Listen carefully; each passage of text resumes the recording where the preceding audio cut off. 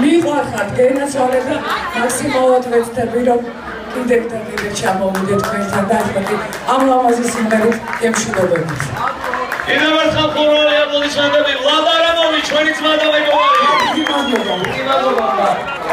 და რა თქმა უნდა კიდევ ერთხელ აპლოდისმენტების 2 წელი